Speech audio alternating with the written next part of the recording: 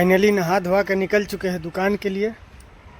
चलते हैं दुकान पे, देखते हैं क्या काम है क्या काम नहीं है, फिर बताते हैं आगे ब्लॉग। रूम से निकलने के बाद ही देखता हूँ कि ये भाई साहब अपने रोड रोलर को जोनी लेवर की तरह घर घर घर घर करते हुए आ जाते हैं लेके हमारे दुकान पे। दुकान पे आने के बाद लग जाते हैं हम इसको जैक लगाने के लिए। अब जैक लगाने के लिए दूसरा कोई जगह था नहीं, तो हम इसका टंकी चूज़ करते हैं कि चलो इसका टाँकी पे ही जैक लगाया जाए। और टाँकी बहुत ऊंचा था तो सबसे पहले 2 रिम डाल देते हैं नीचे से, और उसके बाद उसके नीचे जैक लगाएंगे, पर वो भी सक्सेस नहीं होता है।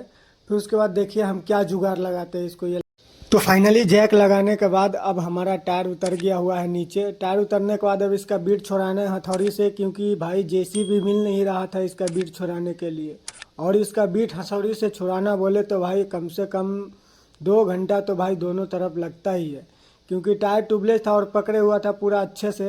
तो इसको मार हथौड़ी के लग जाते हैं। इसको बीट छुड़ाने के लिए 2 एंगल का टुकड़ा ले लेते हैं, क्योंकि एंगल का टुकड़ा से अच्छे से वो बीट को क्लियर रखता है और आराम से हथौड़ा चलाने में बनता है।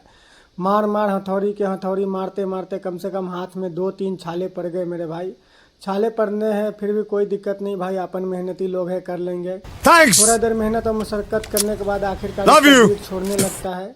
जैसे ही बीट छोड़ने लगता है हम भी थोड़ा थक जाते हैं, तो थोड़ा सा आराम कर लेते हैं। आराम करते समय ही अब भाई साहब बीट छुड़ाते छुड़ाते आ गई थी शरीर में गर्मी, और शरीर में गर्मी आने के बाद मैं अपना टी शर्ट भी उतार कर फेंक देता हूं, क्योंकि भाई बहुत ज़्यादा ही पसीना आ रहे थे। पसीना आ रहा था तो ये भाई साहब एक इमली ला के दे देते, और भाई इमली और गर्मी दोनों एक साथ चढ़ जाए तो भाई समझो कि एकदम साफ आपका लाइफ झंड है।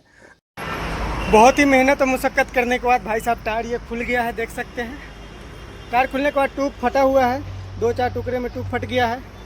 अभी गए हैं ट्यूब लाने के लिए, देखते हैं कब ट्यूब लेके आएंगे।